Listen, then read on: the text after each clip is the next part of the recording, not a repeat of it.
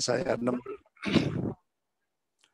Yesaya 65:17 kan Tuhan mengatakan sendiri kan, sebab sesungguhnya aku menciptakan langit yang baru dan bumi yang baru.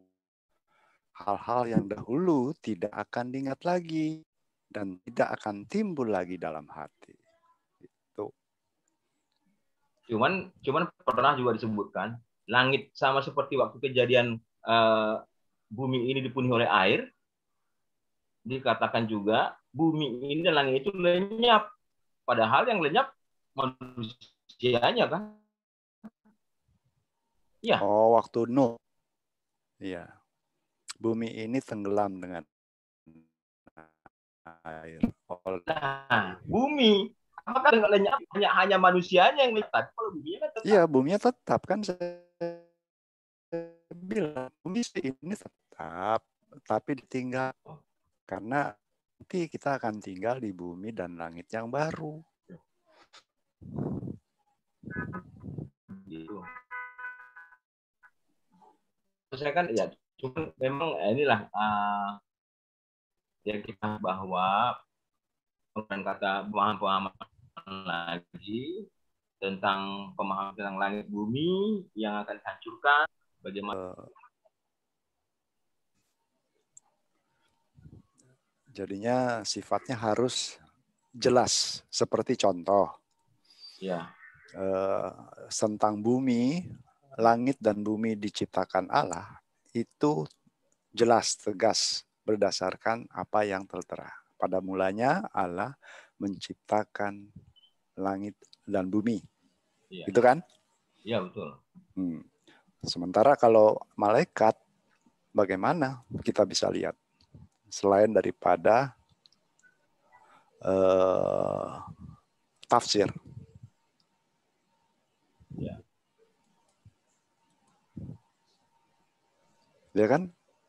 Ya, benar. Nggak mungkin ada tertera. Tapi jelas kalau kita pahami bumi, kalau kita definisikan ya, katanya bumi menganggap sebagai planet kita sendiri salah satunya, bisa bumi sebutkan. Kemudian juga bumi juga digunakan arti kepada orang-orang yang hidup di planet bumi itu juga disebut bumi. Misalnya bumi dulu satu bahasa. Nah, itu memasukkan manusianya ya. Ya. Nah, itu dia. Jadi cuman ini kalau kita bahas katanya apakah planet bumi akan dihancurkan dalam suatu perang nuklir atau katakanlah bukan perang nuklir atau apapun, apakah bumi ini akan dihancurkan? Tidak. Kan saya udah kasih tahu. Lenyap dalam pengertian ditinggalkan. Nah, cuman satu ayat mengatakan begini. Di Mazmur 37 ayat 9, orang-orang yang adil benar akan memiliki bumi dan akan mendiaminya selama-lamanya. Ya. Nah, ini ada kata yang jelas ya, bahwa orang benar akan memiliki bumi, ya, dan dia akan mendiaminya untuk berapa lama? Selama-lamanya. Sampai kapan tuh? Katanya selama-lamanya. Sampai usianya. Selama-lamanya usia manusia itu meninggal. Jadi percuma. Itu tidak kekal selama-lamanya. Kecuali ada perkataan kekal selama-lamanya. Nah, baru kita bisa pahami bahwa itu tidak mungkin lengang oleh waktu. Tapi kalau cuma selama-lamanya, ya selama-lamanya seberapa? Ya. Itu pemahaman kitab suci harus jelas, jangan sampai kita berasumsi ya. Nah, kalau kita baca lagi di Mazmur 104 ayat yang kelima. Mazmur 104 ayat yang kelima. 104 ya. Iya. Bentar. Mazmur 104. Ya. Dikatakan dia akan mendirikan bumi. Udah ya, dapatnya? Ya. Di atas fondasinya, dan bumi tidak akan goyah ya. untuk seterusnya selama-lamanya. Jadi memang ini menandaskan tentang fondasi bumi. Jadi nggak berbicara lagi, tidak berbicara dengan manusianya, ya. Tadi bagaimana dia menyebutkan manusia akan mendiami bumi selama-lamanya. Ya. Sekarang dia menjelaskan tentang bumi yang sudah ditetapkan dalam fondasi yang benar Ya. dan tidak akan goyang untuk selama-lamanya. Ya. Manusia aja kan sebenarnya mati. Kalau orang benar itu mati, ya selama-lamanya sampai dia mati. Dia nggak mungkin lagi tinggal di bumi, nggak mungkin. Gitu ya. Ya, itu pemahamannya. Ya, tapi Alkitab juga menyebutkan ya tentang tadi. Iya, makanya saya kasih jelas supaya Nah. jangan sampai salah pengertian. Nah, kemudian kita baca lagi Yesaya 55.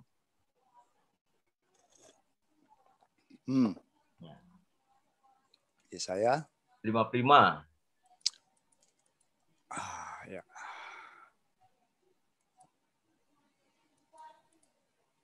Oke. Ayat yang ke-8 11, tapi 11-nya intinya ya. Sebutkan, sebab pikiran bukan pikiranku, jalan kalian bukan jalanku, seperti langit lebih tinggi dari bumi, jalanku juga lebih tinggi, seperti hujan turun ke langit, turun dari langit, seperti salju turun dari langit, hujan dan salju turun dari langit, dan tidak kembali dengan sia-sia. Nah, sebenarnya mengatakan, begitu juga kata-kata yang keluar dari mulutku. Tidak akan kembali kepadaku tanpa hasil. Dan pasti akan melaksanakan apapun yang kusukai dan berhasil melakukan apa yang kupikirkan. Nah, Allah telah menciptakan bumi dengan segala isinya dengan maksud tujuan yang sangat mulia. Nah, kalau kita baca di Kejadian 1, 28, 9, ada satu tujuan yang jelas. Mengapa dia menciptakan bumi, mengapa menciptakan manusia. Salah satunya adalah bumi ini akan dihuni, ditempati untuk selama-lamanya. Nah, itu tujuan yang awal. Walaupun akhirnya sementara terlihat ada terbengkalai, kesannya seperti itu ya, bukan gagal, karena seperti yang saya mengatakan, apa yang pernah kurancang dan kubuat tidak akan pernah sia-sia. Nah, maka bumi ini juga akan tetap maksud Allah yang semula, saya kira nggak akan berubah. Nggak akan berubah, cuma tidak lagi ada berpenghuni. Loh, ini kan dari tadi kan kita bicara. Nah, kita lihat lagi dari sudut pandang yang berbeda ya. Bisa berikat sama Bapak ini waktu yang dimaksud kosong itu gimana ya Pak? Tidak dihuni lagi. Karena gimana? Pada akhirnya kan dalam penghakiman itu semua orang akan mengalami kematian. Ya. Akan kematian yang situasinya tidak lagi sama seperti sekarang. Artinya bumi ini tidak lagi bisa ditempati sebagai mana kita sekarang. Keadaannya tidak lagi sama seperti sekarang. Ketika Tuhan datang. Nggak mungkin lagi sama. Jadi akhirnya, boleh saya bertanya? Ya. Ya, jadi akhirnya kemanakah manusia ini kelak? Nah, seperti yang sudah dikatakan, bahwa Tuhan akan menghakimi. Dia seperti seorang gembala memisahkan domba dari kambing. Kan gitu. Nah, kita tahu sendiri, ketika orang-orang yang dipilih sebagai domba-dombanya, ia akan menempati pada bumi dan langit yang baru. Itu janji Tuhan.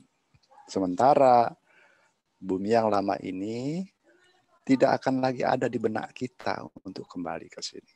Tidak lagi dipikirkan, tidak lagi diinginkan. Karena sesungguhnya orang-orang yang ada atau tertinggal, ya itu sudah masuk ke dalam penghukuman. Di mana tempatnya? Bumi ini menjadi gersang tandus, menjadi sesuatu yang nggak mungkin lagi untuk dihidupi. Karena sudah tidak ada lagi yang disebut kehidupan dalam dunia ini. Langit dan bumi yang lama ini usang sudah. Tidak ada kehidupan. Lantas, kemana sudah kembali kepada langit bumi yang baru yang diciptakan oleh dan dijadikan oleh Tuhan. Langit dan bumi baru yang diciptakan itu di mana? Nah, kalau kita bicara alam semesta aja, begitu luasnya. Kita bisa memilih tempat di mana-mana. Ini kita bicara alam semesta. Apalagi di dalam hakikat dia. Seberapa besar lagi? Ciptaan ini nggak seberapa dari kebesaran keberadaannya.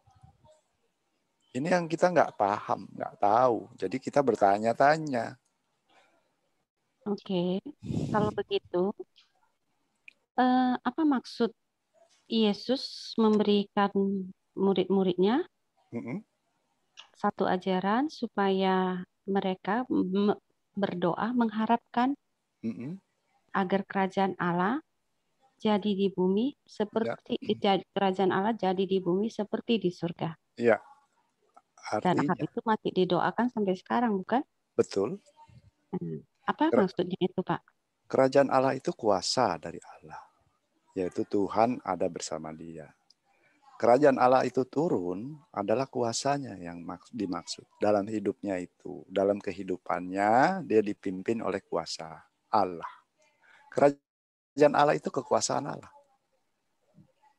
Artinya itu hanya pengaruh gitu, Pak. Bukan satu harfiah.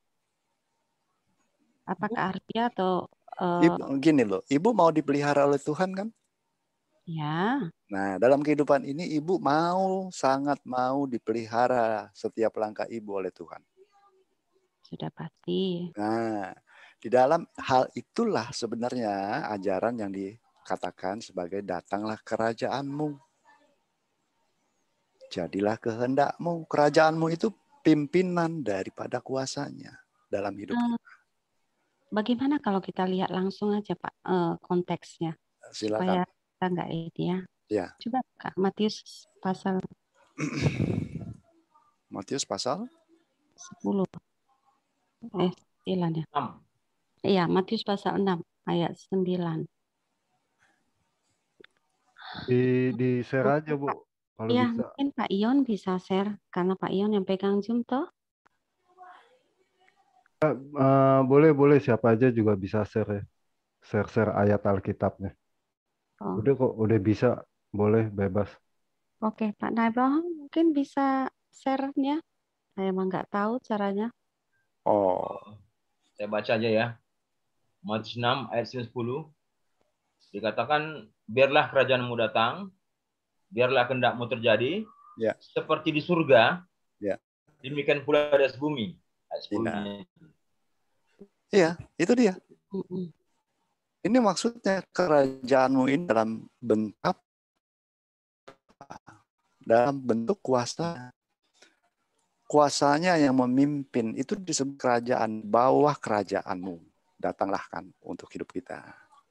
Ini kuasa Allah disebut kerajaan. Supaya jangan lari lagi kita kembali ya ke awal cerita. Apakah bumi akan hancur? Nah, saya kira ini sebenarnya ini konsepnya atau apakah bumi akan tidak berpenghuni, kira-kira begitu ya. Artinya bumi kosong, manusianya pindah ke tempat yang lain. Nah, kita baca dulu Pengkhotbah 1 ayat 4. Ini apapun ceritanya kan kita harus apa yang dikatakan ini sehingga selaras, nanti ujung-ujungnya kan menyelaraskan semua isi Alkitab ini kan, kira-kira begitu. Kalau enggak kan saling karena masing-masing nanti bisa ini. Nah, di Pengkhotbah pasal 1 ayat 4 disebut begini. Satu generasi pergi dan generasi yang datang, artinya silih berganti generasi ini, tetapi yang pasti bumi tetap ada untuk selama-lamanya. Iya. Ya, itu ya. Jelas kata-kata itu menyebutkan tentang kondisi itu. Dan kemudian memang kalaupun akan penghancuran, mungkin pernah juga satu peristiwa bumi dihancurkan. Nah, maka kita baca di ayat 2 Petrus 3 ayat 7, tapi yang hancurnya apa? Kira-kira gitu. Walaupun ada kesan nanti ya bumi akan dihancurkan atau segala macam ya. Kita lihat. Di ayat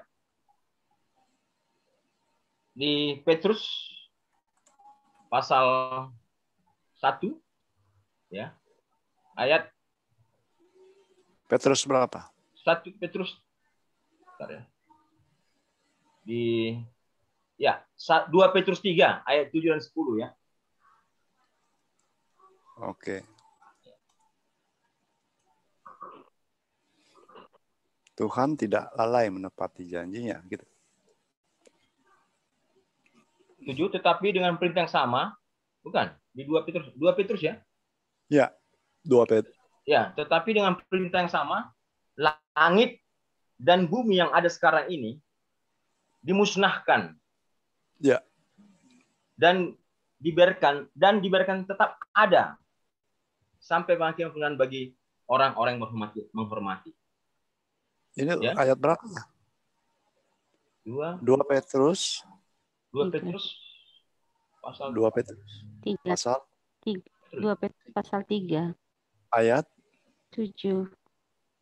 tetapi oleh firman itu juga langit dan bumi yang sekarang terpelihara dari api dan disimpan untuk hari penghakiman dan Ya, kebinasan jadi orang-orang betul. fasik. Nah, artinya langit dan bumi itu pernah lenyap. Tapi dipelihara kembali. Dalam arti yang lenyap kan pada masa penghakiman, pada masa air bah itu, yang lenyap hanya manusianya, hanya orang-orang jahatnya. Ya. Enggak, gini loh Pak. Ini kalau kita baca konteks ya. Ya. Kita baca dari 6-nya deh. Dan bahwa oleh air itu bumi Ya. yang dahulu telah binasa. Ya, jadi oleh air kan binasa kan bumi. Ya, tunggu dulu makanya dengerin dulu. Oleh air telah binasa, dimusnahkan oleh air bah. Tetapi, nah ingat, oleh firman itu juga langit dan bumi ini sekarang terpelihara. Kenapa? Dari apa? Nanti akan dihukum oleh api. Dari api dan disimpan untuk hari penghakiman nanti. Ya. Dan kebinasan orang-orang fasik. Artinya nanti ini dunia ini tidak lagi diingini sebagai tempat kediaman. Sebab dulu pakai air, nanti pakai api. Iya benar. Tapi kan begini Pak, supaya relevan, sejajar, cocok dengan apa yang kita baca tadi, misalnya tentang Matius 6:10, Mazmur 39, Sar 4 dengan 5. Nah kalau kita baca lagi Amsal 2:21 ya, ini supaya ini kan tujuan begitu. Artinya lenyap hanya apa yang lenyap, kira-kira gitu supaya kita mengerti. Nah, coba katakan di Amsal ya, Amsal pasal 1 2. ayat 21-22. Amsal 2 ayat 21 dan 22. Ya, Amsal 2 21-22. Begini dikatakannya, sebab hanya orang lurus hati yang akan tinggal di bumi. Dan hanya orang tanpa celah. Jadi orang yang lurus hati akan tetap tinggal di bumi. Dan hanya orang tanpa celah yang akan menetap di situ. Tetapi apa kenyataannya? Orang-orang jahat akan dimusnahkan dari bumi. Dan pengkhianat akan dibuang dari situ. Iya. Nah, ya jadi supaya kalau dikatakan tadi hancur, yang hancurnya bukan planetnya ya, hanya orang-orangnya. Orang-orangnya yang lenyap. Supaya cocok. Jadi kenapa? Karena seperti tadi, hanya orang jahat dibinasakan, ya orang-orang benar tetap akan mewarisi bumi, akan memiliki bumi dan untuk selama-lamanya. Iya. Tapi nanti setelah kedatangan Kristus, ya itu soal kapannya. Tapi intinya kan seperti itu. Bumi ini akan tetap untuk selama-lamanya untuk dihuni oleh manusia. Iya. Makanya tadi 2 Petrus kan ya udah bicara kan. Kalau dahulu bumi itu lenyap oleh air bah, tapi dipelihara oleh firman untuk disimpan, ya, dari api. Ya, berarti kan zaman Nuh itu yang lenyap apanya? Manusia. So, walaupun disebut sebagai benar, bumi ini tetap ada, tapi tidak lagi terlintas untuk didiami karena nanti terakhir itu bumi penuh dengan api, gitu loh maksudnya. Kalau tadi kan disebutkan tadi Pak bahwa bumi akan selama-lamanya dan akan dihuni oleh orang yang benar. Wah enggak, nanti bukan orang benar lagi di sini, orang fasik. Tadi kan Petrus sudah ngomong. Apa? Petrus 3. Maksudnya? Petrus 3 udah jelasin. Nah, sekarang kita melihat dulu kata buminya dulu ya. Sehingga kita baca Kejadian 1:11, Kejadian 11 ayat 1. Sehingga kita pahami bumi ini gitu ya, supaya kita ngerti. Ya. Kita baca dulu. Sebenarnya tunggu dulu, settingnya gimana? Menurut pemahaman Bro, itu bumi maunya seperti apa settingan dalam yang pasti Allah sudah menetapkan bumi ini di tempat fondasi yang benar dan tidak akan goyah untuk selama-lamanya. Ya. Bumi ciptakan bukan untuk kosong, itu jelas. Betul. Dari ayat kita bacain tadi, orang-orang benar akan mewarisi bumi, akan tinggal selama-lamanya di sana. Itu bahasa-bahasa seperti itu ya. Apa yang kurancang, apa kurancang tidak akan pernah Ya, sia-sia. artinya apa? Akan kembali dengan benar. Bumi tetap apa? Allah telah menciptakan bumi dan segala isinya dengan suatu maksud tujuan, salah satunya adalah agar bumi dipenuhi orang-orang yang benar. Kan itu intinya pertama dulu. Nah, Iya, itu tidak akan pernah berubah. Nah, kalaupun pernah kejadian suatu peristiwa, bumi hancur atau segala macam, kita membaca dalam Alkitab, itu bukan bumi yang hancur, tapi manusianya, orang-orang yang jahatnya dibinasakan, tapi orang-orang benar akan tetap hidup selama-lamanya. Nah, satu peristiwa Nuh, pada zaman Nuh, bumi dilenyapkan, dimusnahkan. Versi bahasa Alkitab menyebutkan. Nah, yang hancur itu apanya? Manusianya, tapi buminya. Dan kemudian dipelihara. Dan dipelihara apa? Bahwa semua keturunan sekarang, masih banyak manusia sekarang yang ada ini, ya masih akan dihancurkan kembali suatu saat.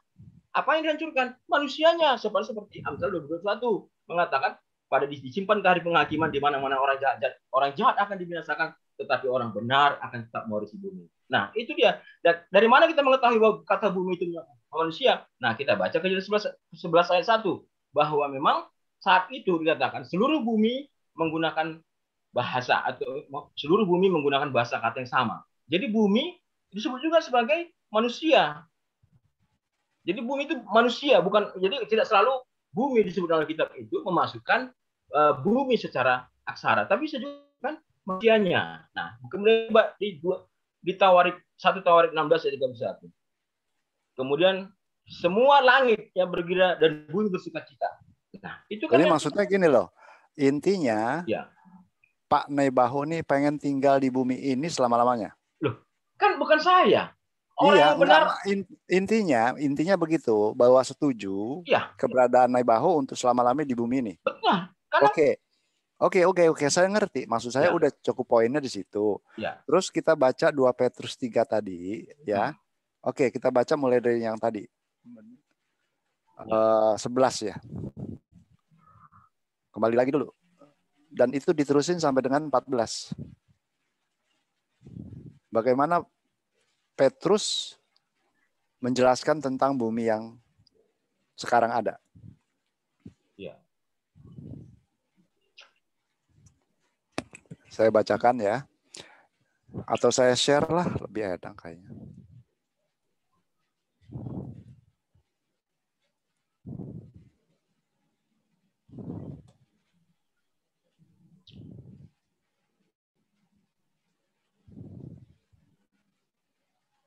Nah, oke. Kelihatan belum? Ya. Baca mulai dari 11. Jadi, jika segala sesuatu ini akan hancur, nah, ingat, bumi ini hancur ya. Secara demikian, ya, betapa suci dan salehnya kamu harus hidup. Yaitu, kamu yang menantikan dan mempercepat kedatangan hari Allah. Pada hari itu langit akan binasa dalam api dan unsur-unsur dunia akan hancur karena nyalanya. Betul? Ya. Tetapi sesuai dengan janjinya, kita menantikan langit yang baru dan bumi yang baru di mana terdapat kebenaran. Sebab itu saudara-saudaraku yang kekasih, sambil menantikan semua ini, kamu harus berusaha supaya kamu kedapatan tak bercacat dan tak bernoda di hadapannya dalam perdamaian dengan Dia. Artinya apa? Kalau Bapak Nebahu mau di sini, itu salah alamat. Saya cuma kasih saran. Bukan. Loh, saya sebut langit itu apa? Hah? Langit dan bumi tadi apa tadi cerita? Kan dibilang tadi dalam Yesaya itu udah jelasin. Janji Tuhan bagaimana dengan langit dan bumi yang baru. Saya selalu dari juga sebutkan, bumi itu bisa memasukkan manusia, bukan memasukkan... berhubungan dengan keberadaan bumi itu sendiri, Pak. Nih ya, kita lihat ya. Yesaya 65:17. Sebab sesungguhnya aku menciptakan langit yang baru dan bumi yang baru. Hal-hal yang dahulu tidak akan diingat lagi dan tidak akan timbul lagi dalam hati manusia. Kalau kita baca di 66-nya, sebab sama seperti langit yang baru dan bumi yang baru yang akan dikujadikan itu, tinggal tetap di hadapanku. Artinya kekal ini, Pak. Kalau yang ini. Demikianlah firman Tuhan, demikianlah keturunanmu dan namamu akan tinggal tetap di sana. Tuh. Oke, saya boleh ngomong sedikit kira-kira? Silakan. Saya tambahin sedikit. Nah, ini memang menarik. Jadi mungkin Pak, kita punya berbagai penafsiran akan hal itu ya. Apa sih bumi dan langit yang baru ini? Nah, saya cukup setuju dan saya juga sering membaca tentang langit dan baru di dalam Alkitab. Dari Pak Naibaho ya, tadi katanya ada. Dia menyebutkan bahwa langit dan baru itu suatu pemerintahan. Benar. Jadi memang di Kisah 7 dan 49 juga dikatakan bahwa langit itu, definisi langit itu disamakan dengan pemerintahan. Juga tadi ada disebutkan Kejadian 11 ayat 1 ya, Pak Naibaho ya. Ya, itu juga ketika ada pembangunan yang mereka Nimrod itu ya? Menara yang Menara Babel, Menara Babel. Saya banyak sekali saya jadi Menara Babel dikatakan bahwa Allah akan menghancurkan mereka, menghancurkan bumi ini. Itu juga kejadian kedua ya. Allah akan menghancurkan bumi ini karena mereka sudah tidak beradab lagi. Ketika mereka membangun Menara Babel. Di Kejadian 11 ayat 1 dikatakan bahwa seluruh bumi ini, artinya bumi ini menggunakan bahasa dan kata-kata yang sama. Jadi Allah akhirnya menghancurkan bukan buminya, orangnya dengan cara memporak-porandakan bahasa mereka. Oke, kalau gitu kita mungkin setuju dan mungkin ada beberapa yang setuju, tidak setuju. Oke, kita akan bahas fundamentalnya. Saya akan bahas fundamental deh. Apa sih fundamental bumi ini? Maksud fundamental kira-kira tahu nggak Pak Naibaho dengan Pak? Dasar utama. Dasar utama, benar. Maksud, tujuan. Untuk apa sih bumi ini diciptakan pertama? Benar nggak kira-kira? Kita harus bahas itu dulu. Betul. Benar kan? Apa sih tujuan Allah untuk menciptakan bumi ini? Jadi, dan kita tahu bahwa, kita tahu bahwa Allah itu tidak pernah bohong dan tidak pernah, pertama kita bahas ini dulu ya. Kalau gitu kita bahas tentang apa sifat Allah di Yesaya 11. Di Yesaya sebentar ya. Saya agak lupa juga. Saya soalnya belum di Yesaya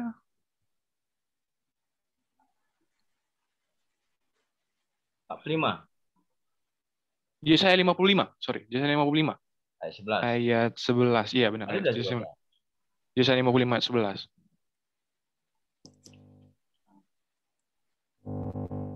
Bapak, siapa yang ada yang di sini kira-kira berkenan untuk membacanya? Oke, saya. Udah tadi. Demikianlah firmanku yang keluar dari mulutku, ia tidak akan kembali kepadaku dengan sia-sia. Tetapi ia akan melaksanakan apa yang kuhendaki dan akan berhasil dalam apa yang kusuruhkan kepadanya. Berarti Allah atau Tuhan ketika dia mengeluarkan sesuatu dari mulutnya itu tidak akan pernah tidak berhasil ya. Berarti kita harus bahas dulu apa sih yang keluar dari mulut Allah ini ketika dia menciptakan bumi ini kan? Benar nggak Pak Naibaho, Pak dan Ibu Josephine ya, benar ya? Boleh ya. Ya. Kalau gitu kita bahas dari Kejadian. Karena Allah menciptakan bumi ini di Kejadian. Oke. Kita bahas di Kejadian 1 ayat filosofi berarti ya. Iya, Kejadian 1 ayat 27-28. Ya kita tahu sebagai maksud tujuan Allah dari pertama ya, dan kita semua paham itu. Oke. Di Kejadian sebentar. Ada yang mau share atau? Oke, saya baca ya. Saya share ya. Oh, boleh.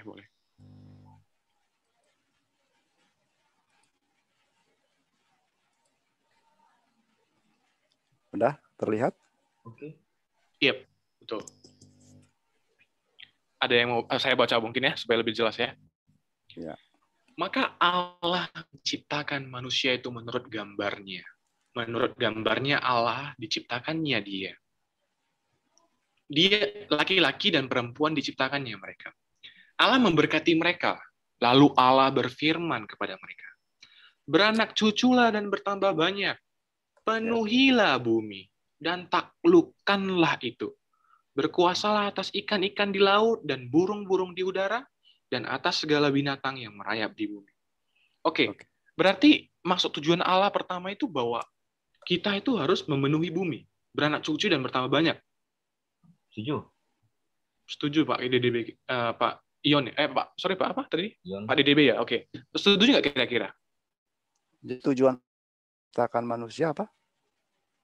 Menciptakan bumi dan manusia, kehidupan yang ada di bumi ini, yaitu Uh-uh. beranak cuculah dan bertambah banyak, penuhilah bumi dan taklukkanlah itu.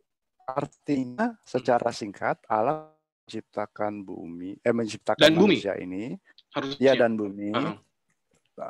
Maksudnya bumi kan buat tempat Iya tinggalnya benar, kan. betul. Uh-uh. Berarti tujuannya Allah menciptakan manusia adalah untuk menjadi lebih banyak. Di bumi. Memenuhi bumi gitu kan? Iya, benar. Oh, kalau saya melihatnya nggak seperti itu. Oke, gimana kira-kira? Justru Saya juga harus menghargai Bapak, benar kan? benar. Tapi walaupun ini sudah jelas sekali, tapi oke, gimana kira-kira? Manusia diciptakan oleh Allah itu menurut gambar dan rupanya. Iya. Nah, ini yang kita harus gali. Jadi rancangannya ini jelas. Mm-mm. Bukan bumi yang penting, tetapi manusianya.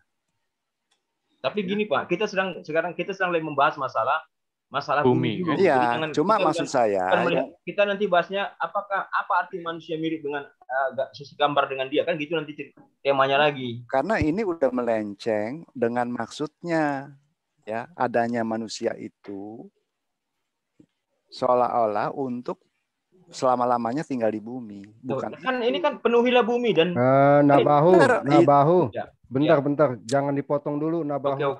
Oke, lanjut silakan. Ya, jadinya kan tadi fundamental. Apa sih Allah tuh Iya, jadikan bumi? Untuk apa? Sebenarnya untuk manusia kan? Iya. Bukan untuk siapa-siapa. Iya, benar, untuk manusia. Nah, makanya kita poinnya di manusia kan kita bicara. Oke, kalau Manusia misalnya kita masuk saja point of perspektifnya Bapak itu dari manusia gitu. Ya, Oke, manusia itu bagaimana? Manusia itu segambar, ya, serupa dan segambar, diciptakan dia. Oke. Artinya apa? Ini fundamentalnya ya. Benar. Bahwa manusia untuk menjadi penguasa sama seperti dirinya. Benar. Oke, pertanyaannya begini. Saya setuju sebagai penguasa. Karena dia sebagai penguasa, dia akan menguasai bumi. Benar nggak? Oke, pertanyaannya begini. Pada saat Allah berfirman akan hal itu, manusia ini sebagai penguasa tadi, karena kita bicara bumi ini akan hancur atau tidak, dan Bapak juga tadi bilang bahwa bicara tentang masa ya, masa atau jangka waktu selama-lamanya tadi. Ya. Benar nggak? Oke, kalau gitu, pada saat Allah berfirman akan hal ini, dan Allah ingin manusia sebagai penguasa yang Bapak bilang tadi, untuk menguasai bumi. Ya. Umurnya, kita bahas berarti umur penguasa ini kan? Benar nggak? Benar nggak kira-kira? Kan manusia, oke, saya masuk ke manusianya, oke, nggak apa-apa. Berarti kita bicara tentang manusianya. Ya. Berarti manusia dulu hidup berapa tahun gitu? Ya itu lebih panjang kan Adam, tapi dalam keberdosaan. Oke. Enggak, apakah di ayat ini Adam sudah berdosa? Belum, justru belum. Kan berarti tujuan Allah pertama kali manusia itu hidup untuk apa? Lama-lamanya. Betul. Mati nggak? Tidak mati pasti. Tidak mati. Karena disiapkan dan segambar dengan kehidupan. Iya, dan segambar dengan Allah. Tapi faktanya yang kita lihat. Benar, faktanya. Betul. Oke, iya sabar. Saya juga akan cerita tentang itu. Nah, karena fundamentalnya tadi ternyata manusia ini berdosa kan, baru muncullah ada namanya sengketa. Sengketa kehidupan yang Yesus apa ya, antara perempuan benih itu ya. Nah, akhirnya kita juga karena ini kelihatannya karena apa, manusia sudah berdosa, kelihatannya janji ini kabur gitu ya Pak ya. Allah ini sepertinya salah gitu. Benar nggak kira-kira? Tapi rupanya kita bahas di Yesaya tadi dikatakan bahwa apa yang keluar dari mulutku tidak akan kembali kepadaku tanpa hasil, dia bilang. Ya. Kalau gitu pertanyaan begini, apakah sekarang bumi itu sudah penuh? Apakah manusia sekarang sudah menguasai bumi? Justru yang melenceng ini kan adalah manusianya, bukan Allah. Iya, benar. Saya nggak bahas Allah. Benar. Nah, tapi dipertanyakan. Tapi justru kan manusia yang membuat ulah kan?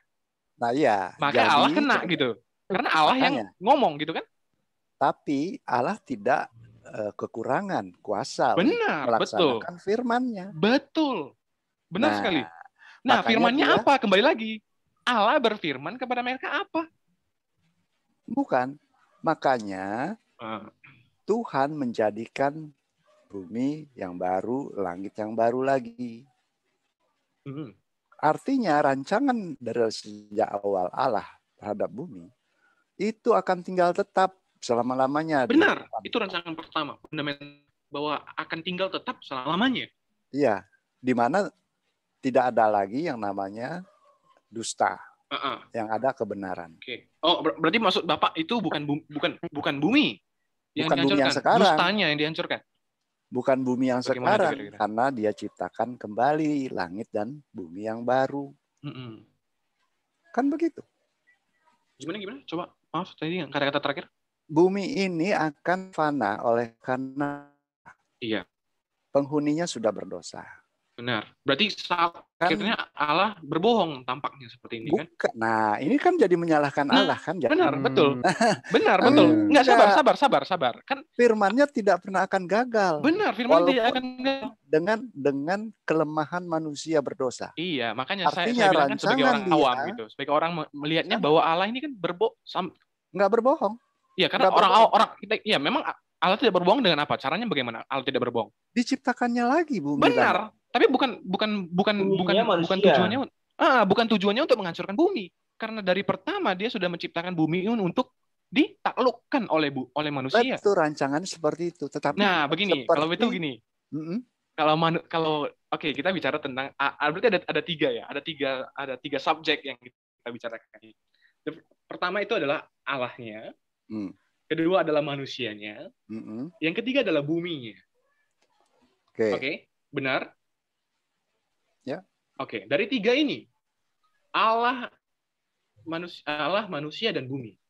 Yang melenceng dari jalannya itu yang dari kan ketetapannya bahwa Allah menciptakan manusia untuk memenuhi bumi. Tiga, Dalam three sides, right? rancangannya ya, pondasi dasarnya ya. Iya, fondasi rencana dasar benar. Allah menciptakan Oke, langit dan bumi. fondasi dasarnya dan manusia, benar. Fondasi dasar manusia yang sempurna yang hidup selama-lamanya adalah bumi. Secara otomatis, oke, kalau kita bicara tentang manusia juga bahwa Allah menciptakan sebagai gambarnya, bahwa gambar Allah adalah orang yang tidak berkematian, yang sempurna, maka Ya. Allah menciptakan bumi sebagai Sesuatu fondasi yang kekal. fondasi yang sempurna, benar? Kekal. Ya, kekal. Oke, karena fondasi yang kekal, maka manusia juga dari pertama sudah hidup Kekal, dengan rancangannya benar. kekal, ya. Oke, pertanyaannya adalah siapa yang melenceng? Benar nggak? Manusia. Manusianya. Kalau manusia yang melenceng, apakah Allah harus menghancurkan buminya juga? Nah, inilah. Bumi itu untuk manusia. Oke, bentar. Kita bicara bumi. Bumi di sini adalah suatu planet Earth, ya. Fondasi, Ini Philip. fondasi Situ dasar. udah banyak penjelasan. Coba dengerin dulu Pak Han, jangan dipotong-potong dulu. Jadi Oke. pembahasannya Saya- lebih enak. Nanti saya juga belum bicara ya. Nanti saya juga ikut sih. Oh iya, boleh. Maksudnya Iya. justru Ya, saya ini kan sifatnya diskusi, betul itu. justru Iya. saya mendengar Pak Han tadi kan. Jadi Untuk gini, poinnya adalah Philip. manusianya. Justru saya ubah pandangan Iya, saya ke manusianya. pandangan Philip boleh. Enggak, pandangan saya kepada ciptaannya, tapi Pak Han mengatakan bahwa pandangannya ke manusianya. Oke, saya rubah. Saya Enggak, ikuti. apapun pandangan Pak Han, apapun pandangan Philip, itu sih buat saya sih nggak masalah ya. Benar, Tetapi benar. kita merujuk dengan ayat-ayat Alkitab. Iya, Itu aja. benar. Gini Oke. loh. Lanjut. Yang menjadi subjek dalam penciptaan oleh Allah itu sebenarnya manusia. Benar. Dan juga bumi. Objeknya Otomatis lah, kan? bumi. Objeknya di bumi, ya, sebagai objeknya. Sebagai Kenapa? Tanpa ada rancangan manusia itu, maka bumi percuma karena kosong, nggak ditempati. Justru dasar penciptaan itu alam semesta ini untuk manusia sebenarnya. Sebelum manusia diciptakan, maka dia terakhir kan? Dia diciptakan hari terakhir kan, ke-6 kan? Iya. Karena dia harus siapkan dulu semua sarana prasarana untuk manusia. Kalau kita punya anak, kita punya rancangan untuk anak kita, untuk satu kamar, pasti kita udah beresin dulu kamarnya, baru suruh tinggal sana. Kan begitu, logika. Iya. Jadi manusia itu diciptakan oleh Allah hari ke-6. Ya. Artinya setelah semuanya selesai. Kita bicara manusia sebagai pondasi tadi katanya, ya, sebagai dasar. dari segala sesuatu yang diciptakan nih untuk kita, katanya. Ya, untuk manusia. Makanya saya bilang, kenapa manusia diciptakan serupa dan segambar? Untuk menguasai apa yang dicipta itu. Oke. Ya. Nah, kalau begitu, Tapi persoalannya manusia itu jadi jatuh dalam dosa. iya, Tetapi yang namanya firman Allah tidak pernah akan gagal, nah, tidak akan kembali benar sekali. sia-sia. Betul. Seperti kita baca tadi kan? Sekalipun rancangannya itu digagalkan oleh manusia. Karena melenceng, kelemahan manusia. Dan ini pun oleh karena lawannya sebenarnya si iblis. Dia dijatuhkan oleh iblis. Kan begitu? Nah, untuk menggantikan posisi manusia yang sebenarnya, yang benar-benar sesuai dengan rancangannya itu, Tuhan itu rela ya, melepaskan keilahiannya dan menjadi manusia sebagai Adam terakhir. Dia yang menguasai dan dia yang mengalahkan. Oleh sebab itu, Yesus itulah yang akan menjadi raja. Dia yang akan memimpin manusia. Ini yang digambarkan secara keseluruhan kitab suci. Kenapa Yesus Tuhan mau menjadi manusia? Ya karena ini kejatuhan manusia. Rancangan Allah tersembunyi dengan pondasi dasar manusia tadi sebagai bentuk menyatakan kekuasaannya. Tapi ternyata dia melenceng, terpedaya. Nah, itu persoalan. Kenapa kemudian bumi menjadi akibat keberdosaan manusia ini menjadi tidak kekal untuk didiami? Ya, karena dosa. Penguasaannya lagi di dalam dosa. Nggak mungkin akan didiami untuk selama-lamanya kekal. Tidak. Makanya diciptakan lagi langit dan bumi yang baru di mana hanya ada kebenaran di sana. Jadi Tuhan itu sebenarnya kalau dalam Wahyu itu sebagai lampunya, terangnya. Karena kalau tadi menurut saya kan kita kan bicara tentang poin perspektif ya kan sudah jelas bahwa karena 3 tadi subjeknya dan 3-3-nya sempurna, 3-3 tidak akan hancur. Tapi ternyata manusia ini berdosa, kan? Manusia ini berdosa. Nah Allah ini pasti kan karena manusia berdosa ini dia mengatakan bahwa firman-Nya tidak akan kembali lagi dengan tanpa hasil. Akhirnya Allah menebus dosa manusia.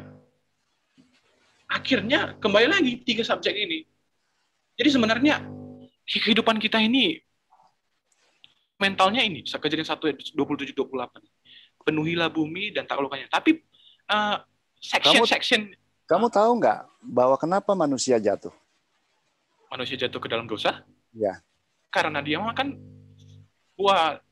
Siapa yang memperdayanya? Setan. Nah, berarti kan karena lawannya kan. Oke, berarti kita bicara tentang kita udah masuk topik lain ini berarti. Iya, nggak maksud saya jangan menyalahkan firman-Nya. Karena bukan. Firman-Nya tinggal tetap, itu pasti. Nah, oke, benar. Jadi gini. Justru manusia diciptakan oleh Allah untuk menyatakan kekuasaan yang maha kuasa itu. Kepada siapa? Kalau gitu kita lebih dalam lagi nih masuk. Kepada iblis sebenarnya. Oke, kita masuk lebih dalam lagi. Ini poin kalau kita pengen benar ya, ini mungkin juga lebih dalam lagi ya. Oke, pertanyaan begini, karena tadi Mbak bilang siapa yang menggoda. Pertanyaan lebih dasarnya lagi. Bukan siapa yang menggoda. Kenapa Allah menciptakan pohon itu? Kalau ada pohon itu, setan bisa goda dia nggak? Enggak. Justru Allah dalam rancangannya menjadikan pohon kehidupan dan pohon pengetahuan.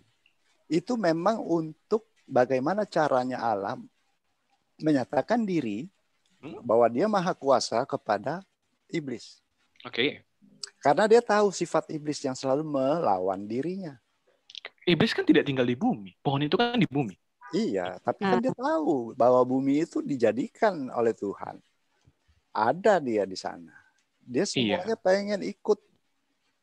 Maksud Bapak tadi kan kita bicara tentang Oke, manusia tadi. Oke. saya tambahkan sedikit ya. Kita akan kembali lagi. Karena saya yang mulai cerita ini, maka saya kembali ke Ya, mulai. topik ke Ya. itu balik ke topik aja. Betul. Bumi baru. Nah, Iya. ceritanya adalah bumi. Kalau kita bisa ceritain masalah adalah pertama bumi, kemudian langit, kemudian manusia. Ini tiga ini sebenarnya. Kemudian sang pencipta. Ya, kita bicara ada 4 unsur. Nah, kita bicara tadi masalah bumi. Kita sudah membahas dari tadi tentang bahwa ya 39 bumi akan tetap ada, bumi akan tetap dihuni oleh ini kan kira-kira begitu intinya ya. Nah, kemudian ada muncul bahasa tadi di mana di buku 2 Petrus 3 itu tentang langit bumi akan lenyap yang akan dibangun kembali, diciptakan kembali kan itu bahasanya. Nah, kalau kita sudah menjelaskan tadi bahasa dari Kejadian 11 bagaimana kata bumi ini memasukkan adalah manusianya, maka sebenarnya prinsipnya adalah bumi secara aksara tidak akan pernah hancur. Kenapa? Atau tidak pernah ditinggalkan. Kenapa? Karena itu sudah dari rancangan seperti fundamental tadi. Nah, permasalahannya kalau kita jajarkan tadi 2 Petrus tadi itu, memasukkan bumi itu adalah buminya sama sejaman Nuh. Buminya adalah manusianya. Pak, bumi ini kita lihat, akan tetap selama-lamanya tinggal adalah orang-orang fasik. Coba baca 3 Petrus tadi sampai dengan enggak. Jelas Nah, kita baca lagi satu lagi. Yesaya 45:18.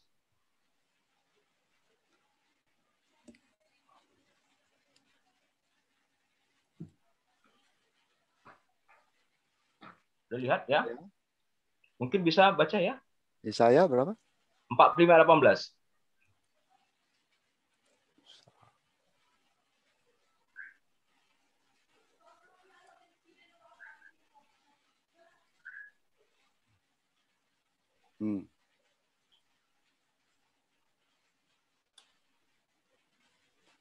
Ya dikatakan, sebab beginilah firman Tuhan yang menciptakan langit.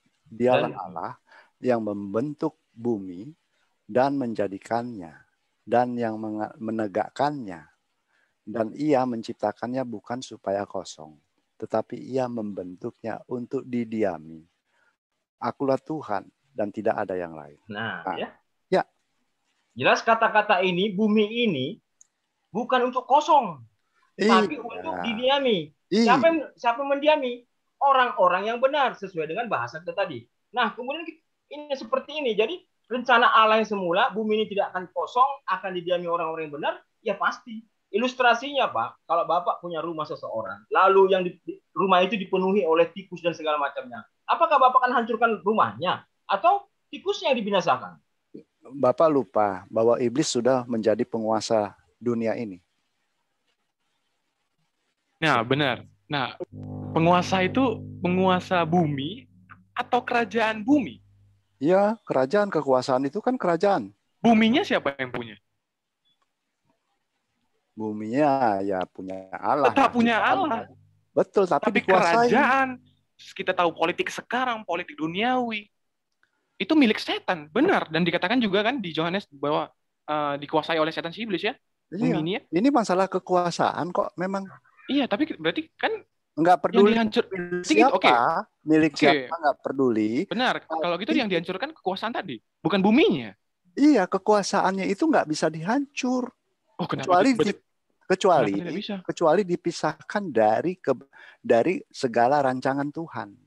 Dia akan hancur. Karena tidak lagi bisa bersorak-sorai dia melawan Allah. Nah, coba kita baca sekali lagi satu ayat lagi ya. Amsal 20 21 23 22 tadi kita baca ya.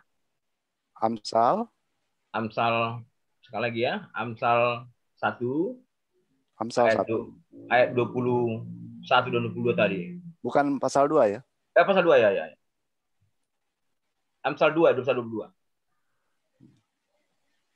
Iya, karena orang jujurlah akan mendiami tanah, dan orang yang tak bercelalah yang akan tetap tinggal di situ. Tetap, kata tetap Pak ya, tetap. Iya, tetap. Ya. Tetapi orang fasik akan dipunahkan dari tanah itu. Dipunahkan Pak, dipunahkan. Dan pengkhianat akan dibuang dari situ. Dibuang dari bumi Pak, benar. Jadi Bapak bilang tadi kan orang jahat memiliki bumi kan? Enggak. Ya, ini kan rancangannya Pak. Loh, rancangan nggak pernah berubah kan Pak? Iya, tapi kan ternyata faktanya kita berdosa, Pak. Nah, kalau itu kita tunggu nanti, Pak. Masa penghakiman bagaimana berikutnya. Yang pasti kita bicara masanya dulu. Soal nanti kapannya. Nah, maka kita baca penyingkapan 223.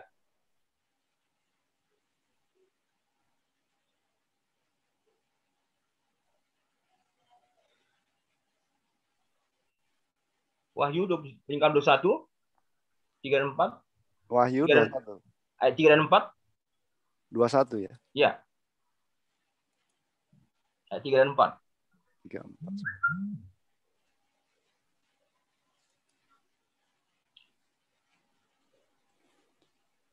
Lalu aku mendengar suara yang menyaring dari tahta itu berkata, lihatlah, kemah Allah ada di tengah-tengah manusia, dan ia akan diam bersama-sama dengan mereka. Mereka akan menjadi umatnya, dan ia akan menjadi Allah mereka.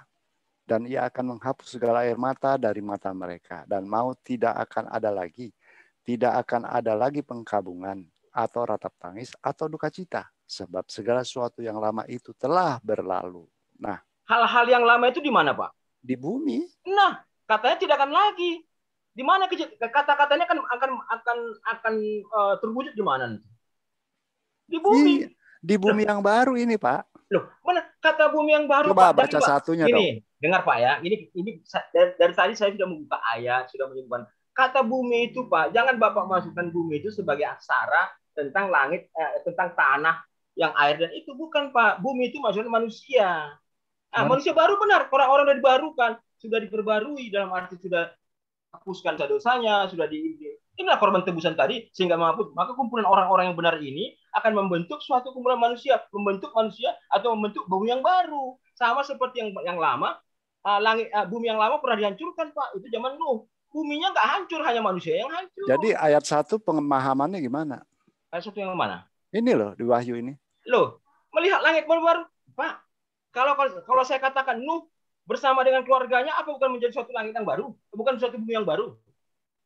Bukan, Pak. Saya nggak berbicara masalah ini loh, bicara Wahyu. Iya, maksud saya di sini, Pak. Kata langit dan bumi itu memasukkan manusia yang baru, Pak. Jadi manusia yang diperbarui. Yang diperbarui yang sudah kan hanya tadi orang-orang jahatnya sudah dibinasakan, Pak. Yang tinggal orang-orang mana? Orang yang benarnya. Orang benar akan memenuhi bumi, akan memenuhi. Lalu ini dia kata-katanya, penerapannya bahwa tidak akan lagi kematian, tidak lagi perkabungan. Itu terjadi di mana? Di bumi pada zaman dulu. Tapi dengan datangnya bentar Pan, jangan diganti dulu, Pan. Oke. Lalu kalau misalnya bumi disebut manusia, lalu korelasinya sama ayat 2 apa tuh? Ayat 2 gimana rupanya? Itu ayat 2-nya. Apa itu? Coba kita lihat. Itu di share screen. Kalau bumi itu manusia, terus langitnya itu apa? Ya, langit pemerintahan, Pak. Pemerintahan kan yang baru kan, Pak. Nanti bumi ini akan dikuasai, akan diperintah oleh siapa? Yesus sebagai raja kan? Di Kisah 7 ayat 49 juga katakan bahwa langit itu berkaitan dengan pemerintahan. Jadi, iya. Pokok langit itu menurut kalian itu pemerintahan. Daniel 2:44 apa, Pak, katanya? Ini bicara dulu tentang Wahyu dulu sebentar. Ya, maksudnya kerajaan tadi, Pak, supaya tahu langit itu apa kan kira-kira. Iya. Bentar dulu, saya mau jelasin. Langit itu menurut kalian pemerintahan. Bumi itu manusia. Betul nggak? Iya. Ya. Artinya bisa gini, maka dari kita ini kalau kita lihat konteksnya kadang-kadang dia menyebutkan sebagai langit itu adalah pemerintahan. Tapi tadi bumi tadi bisa masukkan bumi secara. Iya, dari ayat ini, ini jangan kemana-mana dulu. Dari ayat ini kan begitu.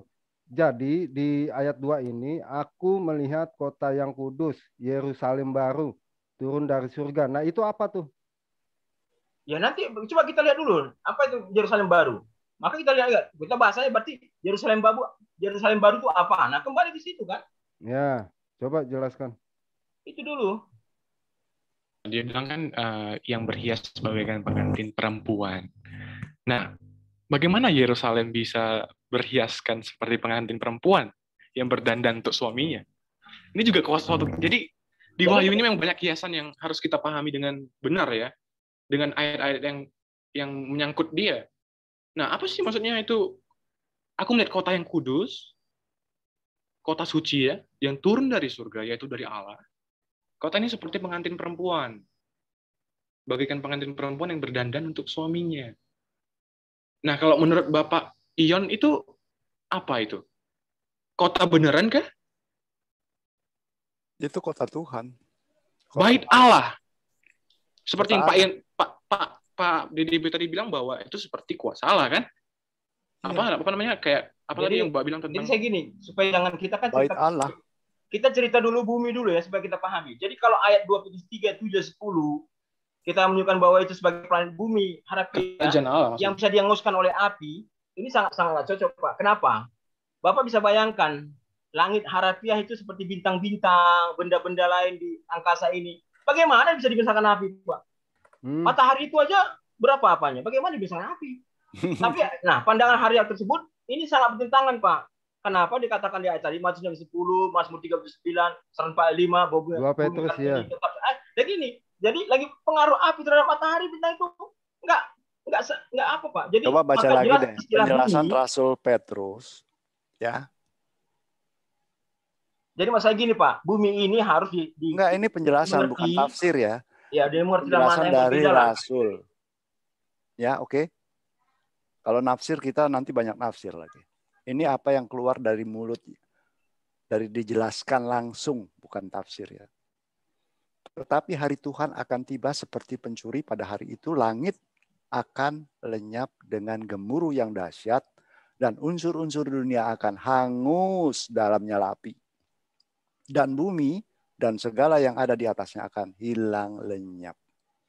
Jadi jika segala sesuatu ini akan hancur secara demikian, betapa suci dan salehnya kamu harus hidup.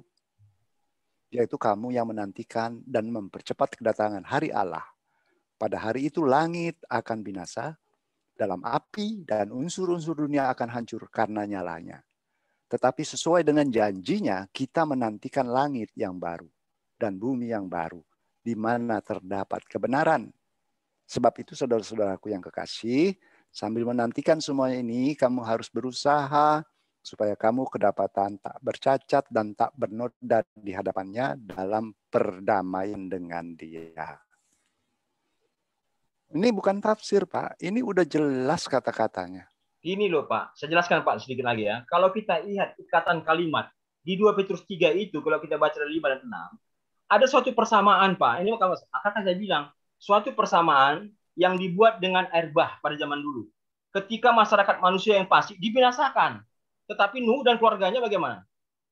Dan bumi ini bagaimana? Tetap terpelihara. Maka demikian 2 Petrus 3:7 dikatakan bahwa orang-orang yang akan dibinasakan adalah orang-orang yang tidak saleh.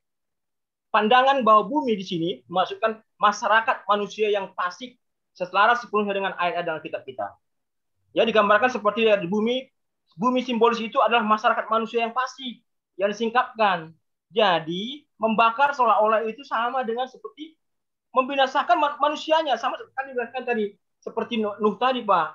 Jadi jangan kita sebutkan, Bapak, ini loh, ini saya dari tadi sudah membuka beberapa ayat. Ini menunjukkan bahwa konteks cerita di 2 Petrus 3:5-6, jangan Bapak mengartikan secara aksara seperti bumi yang ini. Kenapa? Karena dihubungkan dengan zaman Nuh. Nabahu, itu bebas mengartikan sama seperti Anda menafsirkan, kan bebas juga. Nah, maka itu yang saya katakan di sini. Kalau kita cocokkan itu dengan manusia, maka selaras dengan semua ayat-ayat kita. Kalau tidak, nggak bisa, Pak. Nanti akhirnya seperti tadi, bumi akan tetap ada, langit, bumi akan Ya, itu Nabahu, itu nggak masalah, kan saya bilang. Pandangan Anda sama pandangan Pahan sama pandangan saya berbeda, nggak masalah. Tetapi jangan saling memaksakan. Tapi ya itulah, maka saya mau menjelaskan. Saya kan menggunakan Alkitab. Ini seperti konteksnya. Ya, sama. Kemudian kalau Pahan emang bukan menggunakan Alkitab. Iya, maksud saya kan ya dari tadi kita katakan maka konteksnya supaya cocok. Kan ini ceritanya, Pak. Kalau nggak nanti bertentangan dengan sebentar. Mas sekian kan bertentangan. Oke. Jadi kita bicara tentang Petrus ya.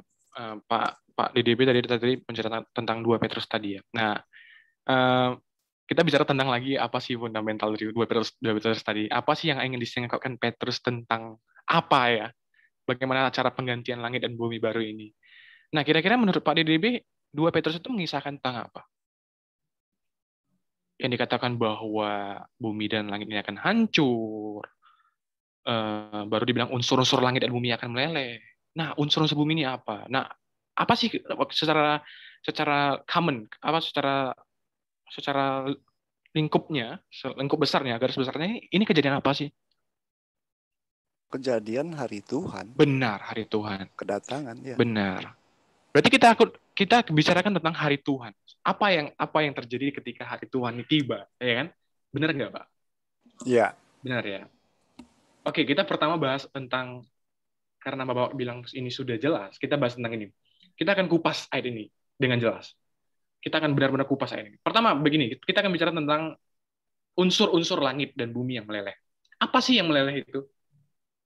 Dan kalau meleleh, apakah hancur? Apakah hilang? Oke, kita bahas ada ayat yang menjelaskan tentang kemarahan. Berarti kita harus cari ayat yang menjelaskan tentang kemarahan Yehua, kemarahan Allah, kemarahan Tuhan, yang kemarahan Yesus kita bilang ya. Maksudnya yang ketika Yesus akan turun ke bumi. Apa sih hal itu tentang kemarahan ini? Apa yang dilakukan Allah terhadap bumi ini? Kita baca coba di Jefanya 1 ayat 18. Apa sih unsur-unsur ini? Apakah buminya? Coba di Jefanya 1 ayat 18. Coba di-share aja, jadi enak. Ada ayat-ayat Alkitabnya. Baik. Saya buka dulu ya, Pak ya. Ya. Si Jefanya 1 ya, saya pakai.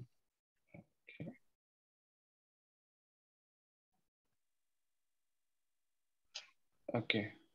Saya share screen. Bisa share screen ya, Pak ya? Bisa. Iya. Bentar ya. Oke. Coba. Sudah bisa, Pak? Ya. Oke. Nah, Jefanya 1 ayat 18 dikatakan tentang kemarahan Allah. Bagaimana, apa sih yang dilenyapkan oleh Allah ini? Nah, dia bilang begini. Perak dan emas tidak dapat menyelamatkan mereka. Pada hari murka Tuhan, pada hari kegemasan Tuhan, seluruh bumi akan dilahap dengan api cemburunya, sebab dia akan mengadakan suatu kebinasaan yang dahsyat terhadap seluruh bumi penduduk. Kalau gitu yang meleleh itu kira-kira apa di sini? Di Jefanya 1:18. Ya, jelasin aja, Philip. Perak dan emas tadi. Apa artinya perak dan emas tadi? Bahwa politik dunia ini menawarkan tentang apa? Tentang kekayaan yang melebihi cinta akan Tuhan kita sendiri. Jadi politik sering menggunakan apa ya? Uang atau perak atau emas untuk akhirnya menghalalkan segala cara, akhirnya bisa melenyapkan Tuhan dari kehidupan kita. Nah, yang dilenyapkan Tuhan itu apa? Bahwa kekayaan itu tidak ada apa-apanya. Bahwa uang, emas, perak atau apapun surat-surat tanah itu tidak ada, karena itu akan dilenyapkan oleh Tuhan. Akan datang tadi dengan apa? Api. Contohnya apa? Yang make sense ya. Contohnya gunung berapi. Kalau gunung berapi meletus, Pak. Unsurnya hilang nggak, Pak? Unsur bumi hilang, benar kan? Kalau gunung berapi meletus, kita bilang gunung Krakatau meletus. Gunung Toba ini yang pertamanya danau meletus. Berubah bentuk nggak bumi ini? Pak? Unsurnya hilang nggak kira-kira? Hilang ya? Benar nggak kira-kira, teman-teman? Tidak, nggak hilang. Ini mau tanya jawab, maksudnya mau TikTok apa mau penjelasan ini? Kalau TikTok penjelasan. Chit chat maksudnya. Hah? Chit chat. Maksud TikTok itu apa? TikTok itu begitu Anda mengungkapkan penjelasan, nanti kalau langsung dibantah itu mau apa enggak? Oh iya, nggak apa-apa, benar. Oh, chit chat. Ini kan ya. chit chat. Kita ngobrol-ngobrol diskusi kan. Betul. Bukan Jadi, saya pidato. Enggak ya. Apa pidato bukan. Kita berdiskusi dengan santai. Ya betul. Saya bukan pidato. Maaf kalau saya kelihatan seperti pidato ya. Justru yang enak sih ya, kalau menurut saya ya. Philip jelaskan dulu maksud ayat-ayat yang Philip keluarkan. Oh, oke, baru boleh. Biar dapat itu apa yang mau dikemukakan oleh Philip. Oke, boleh. Oke, kita bahas lagi unsur-unsur apa sih yang dari bumi. Kita baca di Yesaya 13 ayat 19. 13 ayat Yesaya 13 ayat 9. Apa sih unsur yang di bumi? Apa sih hari ini apa yang akan dihancurkan? Karena kita bicara konteks besarnya bahwa Petrus ini menjelaskan hari Allah ya. Sorry. Ya. Tadi masalahnya dengan bumi, kenapa ke hari Allah? Nah, maka justru itu. Saya kira fokus dulu ke bumi lagi kan, sehingga nggak ini. Justru kita bicara tentang bumi ini akan dilenyapkan pada hari Allah. Nah, perspektif bumi ini berbeda antara Bapak Nebaho dengan Pak Ion. Nah, kalau gitu kita kira begini.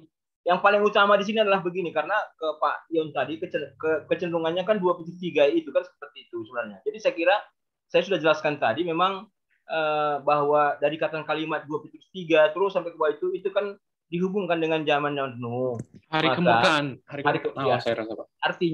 Artinya sama seperti ini air bah itu pada zaman Nuh itu kan masyarakat manusia yang kan hanya masyarakat manusia yang dibinasakan. Tetapi Nuh dan keluarganya maupun bola bumi ini ada nggak? Ada. Itu ya saya fokusnya itu dulu kan. Artinya bumi itu tetap ada. Bukan seperti konsen yang dan kemudian kalau kita urutkan dengan ayat-ayat kita tadi jelas itu bahwa bumi kan dihuni orang-orang benar. Pak, perbedaannya antara penghancuran bumi waktu-waktu yang lalu itu sangat berbeda dengan kedatangan Tuhan. Ya, jadinya berbedanya jelas karena itu akhir dari kehidupan. Artinya kehidupan di bumi sudah mencapai final dalam penghakiman. Selesai, nggak ada lagi. Ya boleh saja Pak, tapi kalau kita bilang tadi, kalau kita soalnya Bapak gini berulang kali menjelaskan hal-hal yang terjadi bukanlah dalam keadaan Tuhan kedatangan. Iya, mungkin di zaman Nuh ya. Iya. Itu perbedaannya harus Bapak pahami juga. Ini loh, kalau kita mau lihat satu ayat, kita harus lihat konteks, benar nggak? Jangan hanya mengapakan, oh ini begini kan, ya, kita lihat konteksnya. Nah, kan saya mengarahkan konteksnya. Kemurkaan Allah. Kita perhatikan ikatan kalimat di 2/3 itu. Betul. Dari 5 dan 6, ada suatu persamaan yang dibuat dengan air bah zaman dulu. Itu persamaannya. Yang itu pun zaman dulu. Zaman perjanjian baru, Rasul Petrus sudah menjelaskan lebih rinci lagi. Maksudnya? Tentang bagaimana kedatangan Tuhan itu hari yang dahsyat dikatakan. Yang mengakibatkan kehancuran unsur semua. Seperti apa kita kan nggak tahu. Jadi kita menganggap hal-hal yang lalu sama seperti kedatangan Yesus kejadiannya. Karena begini loh Pak, kita kan harus merelevankan dengan ayat-ayat yang lain. Iya kan udah dijelaskan sama Rasul Petrus. Loh kalau begini kan dibilang tadi Pak, kalau begitu hancurnya bumi ini, hancur lebur, hancur betapa salehnya kamu hidup. Untuk apa kamu hidup? Untuk apa kamu berjuang hidup kalau kayak gitu hancurnya? Iya betapa harus lebih saleh, lebih sungguh-sungguh hidup itu dalam kesalehan maksudnya. Benar, artinya kalau hancurnya seperti itu, hancur. Sorry Pak Naibaho, maaf saya ganggu. Prinsipnya gini loh, diskusi ini sebenarnya untuk menyatakan apa yang Anda ketahui dan pemikiran bagaimana yang Anda dapatkan dari firman Allah sebagai buktinya ayat demi ayat, tapi bukan memaksakan kehendak. Jadi biarkan pribadi per pribadi yang membuat kesimpulan untuk mereka. Jadi nggak perlu perdebatan yang cukup seperti ingin menang sendiri. Jadi Pak Naibaho nyatakan apa yang Pak Naibaho percayai dengan ayat-ayat yang mendukung dari Alkitab sebagai bukti bahwa itu bukan pemikiran sendiri. Nah, sementara Pak DPD juga bisa dia ungkapkan apa yang dia dapatkan, apa kesimpulan apa atau yang dia dapatkan dari ayat-ayat juga, Pak, bisa Bapak terangkan. Jadi dengan demikian, maka biarkan orang-orang yang mendengar di sini akan memberikan kesimpulan terhadap apa yang harus mereka terima. Bagaimana? Cocok enggak? Setuju saya. Ya, jadi bukan untuk tegang leher. Karena firman Allah bukan dibuat untuk tegang leher. Terserah terima atau tidak, tapi pemikiran dari ayat-ayat sebagai bukti ayat-ayat Alkitab itu menunjukkan bahwa kita berbicara bukan berdasarkan pemikiran sendiri. Nah, tapi soal menyimpulkan, biar pribadi yang memutuskan. Oke, silakan lanjut.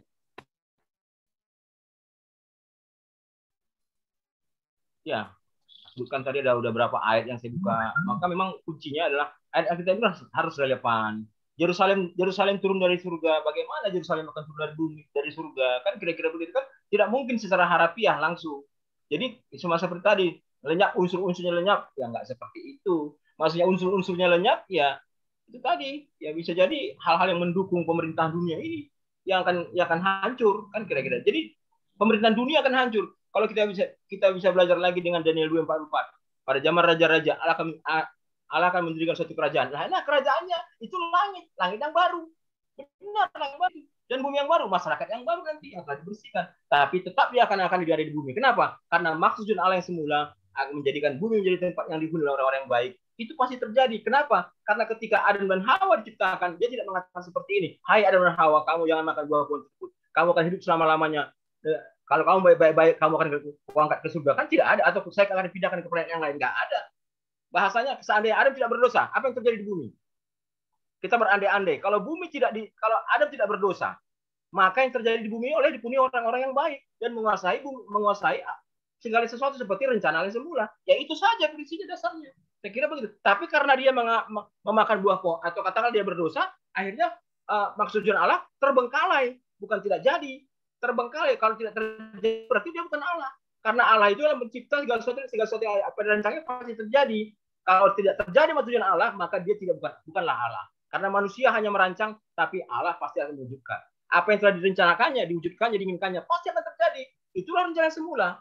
Walaupun sebentar, makanya datanglah penebusan, datanglah kerajaan yang baru, langit yang baru, bumi yang baru, ya nanti masyarakat yang baru. Kira-kira begitu. Kira-kira pandangan saya ya. Mungkin Pak Ahan sendiri bisa berikan mungkin ungkapkan apa yang Bapak ketahui tentang firman Allah mengenai bumi ini. Ya, kalau saya kan jelas. Saya tidak menafsirkan tentang langit itu sebagai apa, bumi itu sebagai apa. Tetapi yang saya ketahui, rasul-rasul sudah menjelaskan secara rinci. Dan di Wahyu pun sudah dinyatakan langit dan bumi yang barunya turun dari surga. Jadi semuanya ini berbeda dari apa yang dipahami oleh Bapak Nebahu, gitu kan. Jadi buat saya it's okay kalau Pak Nebahu punya pemahaman seperti itu. No problem. Ya. Ya, memang benar Pak. Langit baru itu kan kerajaan Allah itu kan Yesus sebagai raja kan langit baru, Pak. Iya, itu boleh kalau memang Pak Nebahu seperti begitu. Kalau saya enggak seperti itu, boleh juga kan? Masalahnya, saya juga beranjak dari firman, dari ayat. Ya. Kan begitu. Boleh saya tanya, Pak? Silakan. Terima kasih, Pak, dikasih kesempatan bertanya. Jadi menurut Bapak sendiri, apakah bumi yang sekarang ini, supaya saya lebih tanda sih Pak, bumi yang sekarang ini tidak berlaku lagi di kemudian hari atau tidak menjadi tempat untuk manusia lagi? Seperti dijelaskan oleh Rasul Petrus, bahwa bumi ini akan ditempati oleh mereka yang fasik, Bu. Ya, di mana Pak ayatnya, Pak? Tadi. Mana coba? Sekali lagi, Pak. Sebentar ya. Mungkin boleh share ayatnya, Pak.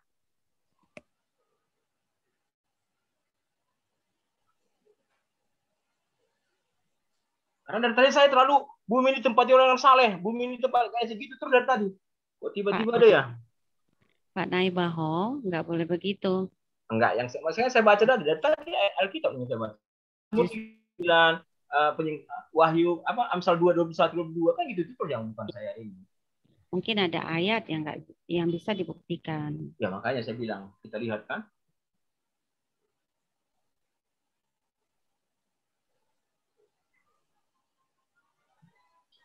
Kita baca ya. 3 Petrus. Pasal 3 tadi.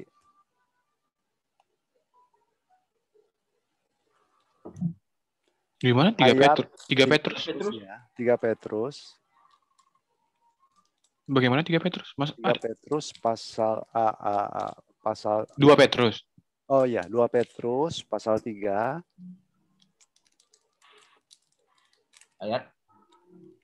Ayat 6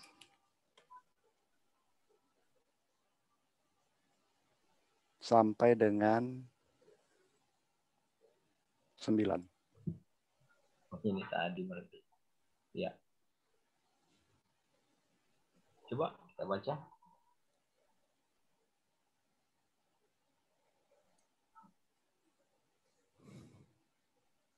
Saya share lah.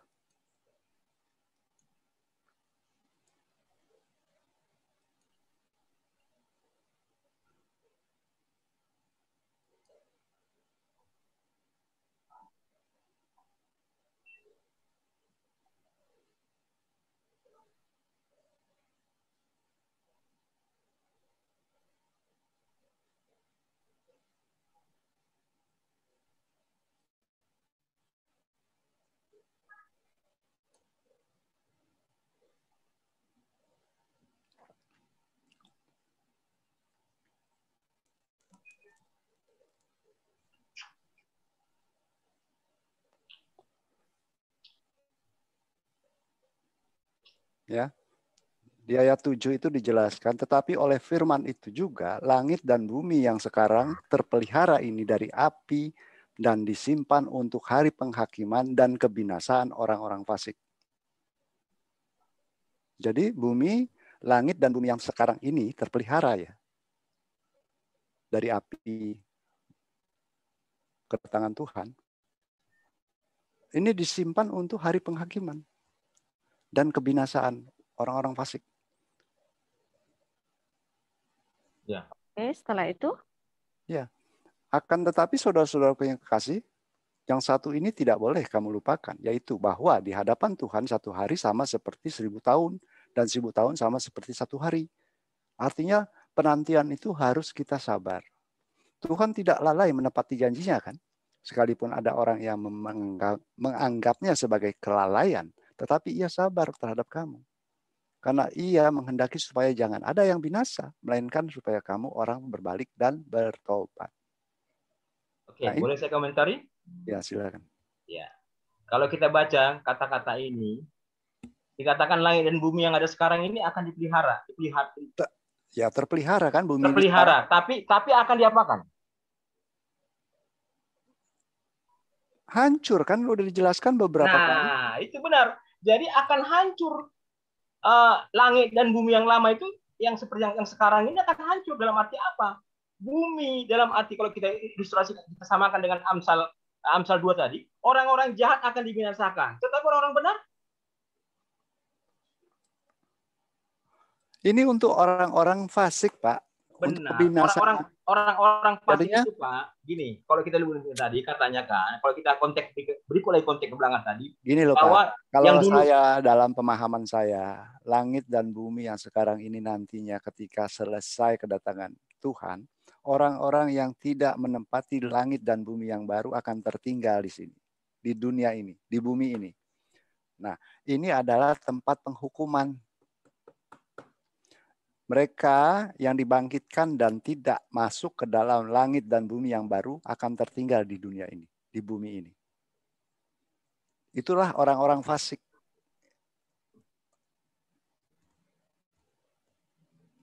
Itu yang saya pertanyakan dari tadi. Apa Bapak mau tinggal sama orang-orang fasik tertinggal dalam hari kebangkitan?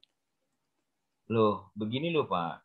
Ini kan konsepnya saat ini kata-katanya dipelihara. Sampai kapan? Iya, sampai ada tangannya Tuhan. Sampai hari penghakiman. Iya, dengar. Benar, sampai hari penghakiman. Setelah hari penghakiman dan pemusnahan bagi orang tidak menghormati Allah, yang tinggal hanya apa? Orang-orang yang benar. Karena orang ini orang benar naik, menyongsong dia. Nah, ini maka saya bilang tadi Pak, ini kan saya sudah sebut tadi beberapa ayat. Maka saya bilang tadi, orang-orang benar akan mewarisi bumi, bumi tidak akan pernah kosong, bumi tidak akan datanglah kerajaanmu. Sesuai dengan konsep kan. Jadi kalau kita hubungkan dia konsepnya Pak, ceritanya baru cocok. Kalau ini kan benar bahwa pada akhirnya nanti orang-orang akan dibinasakan. Benar. Semua orang-orang jahat akan dibinasakan dari bumi ini.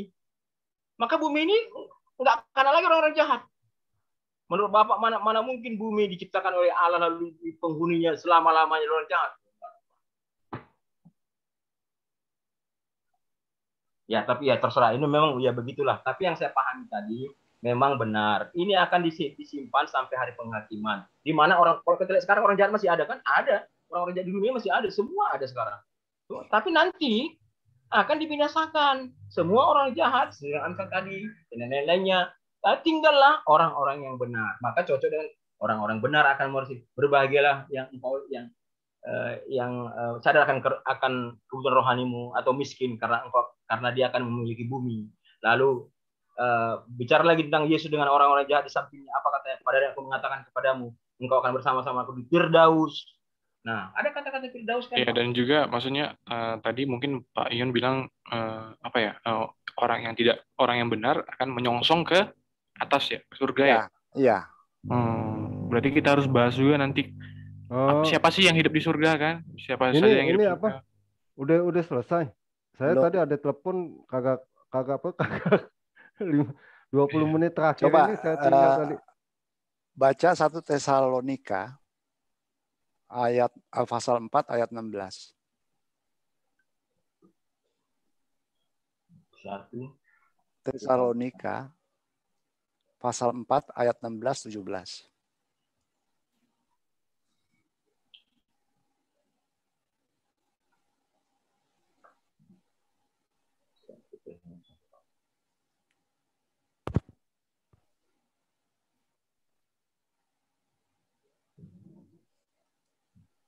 Mereka ada.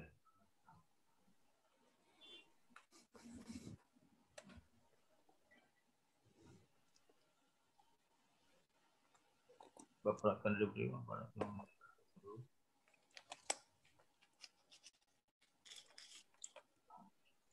Maka Tuhan sendiri akan turun dari surga, yang mati dalam Kristus akan lebih dahulu bangkit. Ya, terus? Sudah itu kita yang hidup, yang masih tinggal akan diangkat bersama-sama dengan mereka yang Tuhan dan kasa. Demikianlah kita akan selama-lamanya bersama-sama dengan Tuhan. Nah, yang tidak bangkit bersama-sama dengan mereka ditinggalin, Pak. Di bumi ini.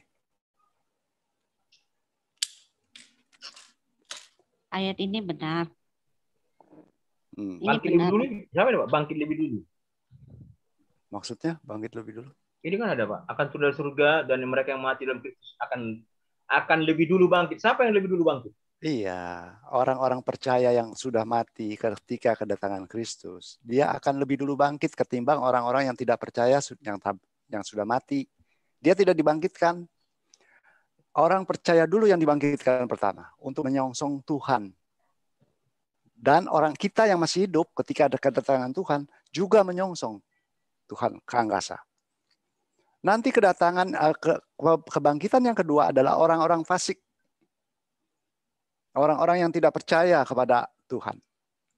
Di sanalah terjadinya yang disebut penghukuman. Ini nggak ada niatan untuk kita tinggali lagi. Kalau Bapak naik bahu mau tinggal di sini, ya silahkan. Itu hak kan.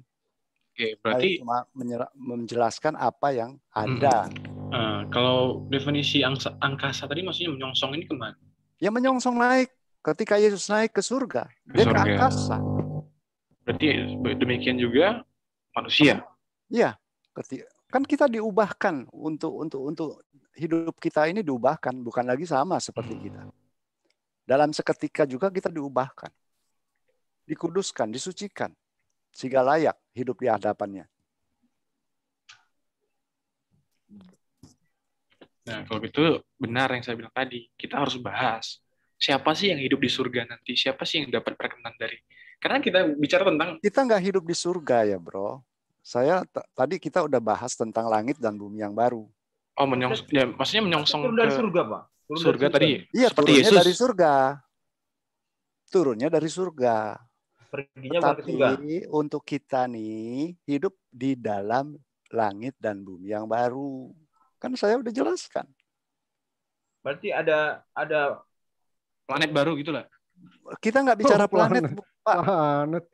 Kita nggak bicara planet, ya. Kita nggak harfiah materi gitu. Kita bicara jadi apa itu satu keadaan di mana pernyataan-pernyataan kitab suci itu sifatnya semuanya adalah ilahi yang kita harus pahami. Iya, itu di mana?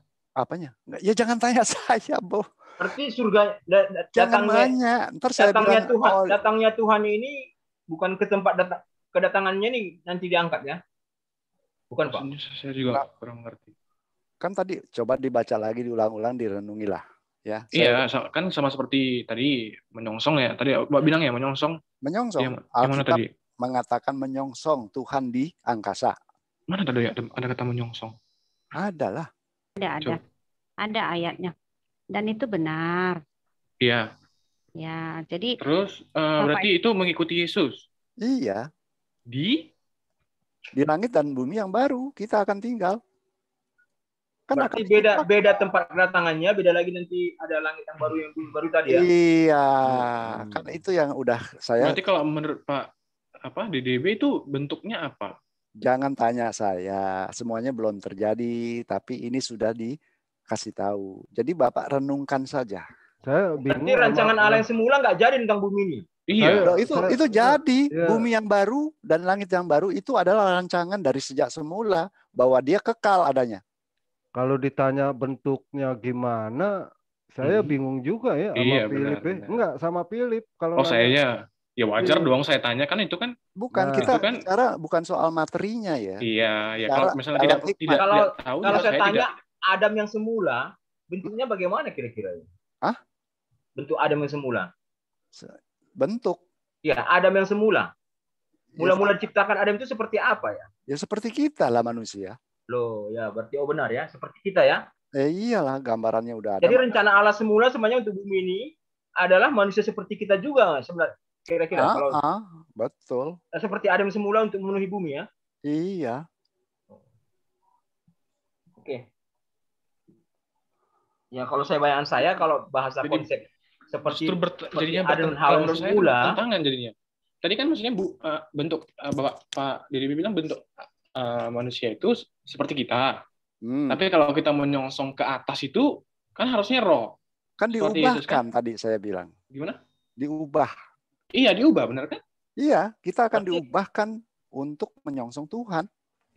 Berarti nggak seperti rencana yang semula juga, Pak? Karena tadinya kan kalau cerita kita nggak berdosa. Maksud saya manusia yang tidak berdosa itu ya Yesus. Itu contohnya. Gini, Pak, kalau seandainya tidak berdosa kita berandai-andai dulu. Adam dan Hawa tidak berdosa, bagaimana bumi kira-kira? Ya kekal sebagaimana langit dan bumi yang baru akan kekal. Masa gini, kita kalau berandai dulu Adam tidak jatuh dalam dosa. Maka Adam memiliki anak-anaknya dengan kondisi-kondisi yang baik seperti Taman Eden ada di dunia ini seperti kondisi-kondisi kita kan? Artinya ada binatang, ada makanan, ada buah-buah. Kira-kira gitu ya? Halo? Gimana suaranya kok kurang ini ya? Saya Pak seandainya kalau kita cerita berandai dulu. Ya. Adam tidak berdosa. Ya. Maka buminya kan dipenuhi orang-orang yang bagaimana? Ya, maksudnya kehidupannya. Kondisi nggak ada sakit penyakit, nggak ada penyakit, nggak ada penyakit. Emang Tuhan ciptain kita buat mati, ciptain Adam buat mati gitu, buat sakit, kan buat hidup kekal kan? Buat hidup kekal. Kondisinya seperti yang kita ada ini. Iya, manusia kita, cuma kan kita udah berdosa, Pak. Ya maksudku begini, artinya kalau tidak berdosa dulu, seperti kita ini kah? Aduh, kita seperti Yesus tahu. Gambarannya seperti Yesus tahu. Maksudnya gini, Adam dan Hawa pertama loh, Pak. Adam dan Hawa. Yesus itu kan Adam terakhir, Pak, dikatakan kitab suci. Iya. Maksudnya gini, Pak. Ketika Adam dan Hawa ciptakan pertama-tama kali ciptakan dari Taman Eden. Ya. Taman Eden itu penuh dengan makan makanan, semua pohon lengkap. Iya. Ada binatang. Iya. Ada air. Iya, semuanya ada. Seandainya tidak berdosa, maka bumi ini akan dipenuhi oleh orang-orang yang benar. Ya. Ya, dengan kondisi seperti itu, ada air, ada binatang, ada apa semua lengkap. Iya, iya. Ya, terus jadi nanti kalau sudah yang berikutnya ini enggak seperti itu. Ya kagak ada kan udah hidup kekal gimana sih? Udah nggak berdosa? Adam apakah tidak hidup kekal? Ya kan berdosa. Kan Maksud berdosa saya kan gimana kita sih? cerita tadi Pak, kita tuh abaikan dulu cerita berdosanya. Kak kita berandai dulu dan catatan tidak berdosa. Oh, tidak berdosa. Masuk ya. tujuan Allah yang pertama tadi itu maksudnya Ya. sebelum Kehidupan pun belum pernah kita alami ya, kehidupan kekal sebagaimana Adam kalau tidak berdosa. Benar nggak? Gimana Pak? Gimana? Kita kan nggak mengalami pengandaian apabila Adam tidak berdosa. Kita tidak tahu bentuknya seperti apa kehidupan itu kan? Loh, iya benar. Ya, Sekarang benar saya mau jemput gini Pak. Kita setuju kan Firdaus itu di bumi kan? Setuju. Setuju ya? Ya. Nah, Adam dan Hawa dimasukkan ke dalam Firdaus. Ya. Berarti kira-kira gambarannya kan udah kita pahami. Kira-kira gambaran dulu. Ada makanan. Ya ada udah lengkap lah pokoknya. Hidup enak lah. Seandainya tidak berdosa, maka kan mereka kan tetap hidup di sana kan? Iya. Ya, selama-lamanya kan? Iya. Nah, maka pertanyaan tadi, kalau kata menyongsong tadi, kita seperti itu nggak nanti di sana? Ya sebagaimana Adam sebelum berdosa nanti kita hidup. Di Taman Eden, seperti Taman Eden? Ya, Taman Eden kan diangkat naik ke langit. Oh, Taman Eden diangkat ke langit? Ya. Ke langit. Oh, bukan musnah di bumi ini bersama dengan air bah? Tidak. Ini udah diselamatkan. Pohon kehidupan juga dipelihara kok. Maksudnya sampai sekarang ada pohon kehidupan? Ada disimpan sama Tuhan kan? Oh, disimpan. Iya. Oh, jadi waktu air bah itu Taman Eden itu diangkat Pak ya? Nggak ada, bukan pada waktu air bah kok. Setelah Adam berdosa? Iya. Oh, setelah Adam berdosa, maka Taman Eden diangkat. Iya. Kenapa kalau diangkat kenapa Adam dilarang untuk masuk ke Taman Eden kalau sudah diangkat? Yang dilarang? Kan ada grup-grup malaikat. Nggak boleh masuk lagi, Pak. Nggak boleh masuk lagi. Dijaga itu. Iya. Ya, kenapa? Kan sudah diangkat. Dijaga kalau di surga Pak diangkat. Kok dia? Itu bukannya. Karena dunia ini kan udah terkutuk tanahnya kan? Kenapa? Iya, benar. Enggak, sudah diangkat berarti kan? Iya, diangkat. Kenapa dijaga? Sebab iblis bisa mengambil. Ngambil apa? Ya, mengambil buah kehidupan itulah. Loh, bukan iblis lah, bukan iblis Nggak di bumi. Itu udah diangkat, bro. Nah, gimana sih Pak Yon? Jadi Pak Yon nih kok bertentangan? Enggak, bukan bertentangan. Ya, maksudnya gimana? Tadi kan ditanya bilang dijaga kan. Iya, dijaga oleh grup malaikat. Bapak setuju? Tujuannya kenapa dijaga? Tujuannya kenapa dijaga? Iya, buat Adam jangan mengambil, sama Adam ya Pak ya, jangan setan ya. Adam iya, sama iblis juga. Ya, kita bicara konteks. Oke. Enggak, iblis juga. Adam tidak mengambil. Apa emang Adam bisa mengambil? Kenapa? Apa emang Adam bisa mengambil? Ya bisa aja. Tapi itu diangkat, kalau Pak. kagak dijaga itu kan pohon kehidupan, pengangkatan tahun kan nggak dijaga. Gini, bro. Waktu dijaga oleh kerup itu belum diangkat. Oh, itu belum diangkat. Oke. Nah, setelah kapan itu diangkat? baru diangkat. Kapan gimana? Setelah itu baru diangkat. Setelah kan masih ada Adam tuh. Waktu berdosa. Ya. Nah, itu buah kehidupan. Jaga. Tidak boleh dimakan supaya dia tidak menjadi mati yang kekal. Ada pertobatan. Kan gitu rancangan dia.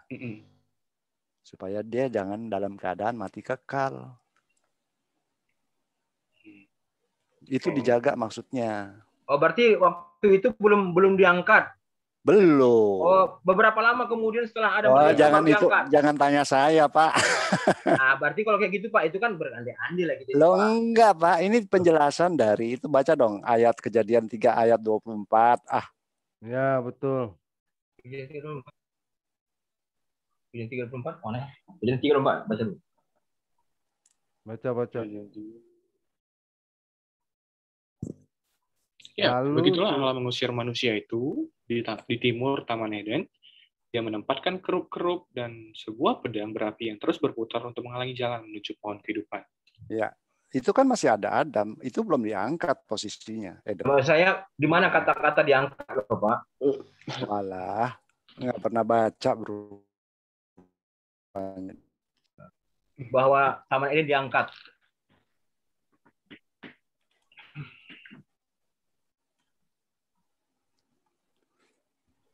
Salah Pak, banyak kali ayatnya jadi nggak terbaca lagi.